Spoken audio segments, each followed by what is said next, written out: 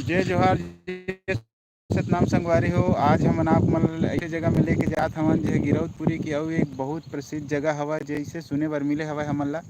और आज हमन आप मन ला वही जगह ला दिखाए बर जात हन।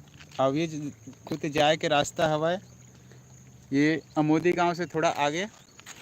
अब ये ले एक रास्ता मानाकोनी की तरफ जाते। आप देख सकते हो लिखा है मानाकोनी। अब ये रास्ता जाते मड़वा, आप मतलब मानाकोनी के रास्ता में जाना हवा। अब यहाँ से नदी के पास में जगह स्पॉट हो है, ऐसे सुने बर मिले। अभी हमन देखे नहीं हैं, लेकिन जाके आप मतलब दिखाबो और हमन भी देखबो। आओ चलथन ये रास्ता की तरफ।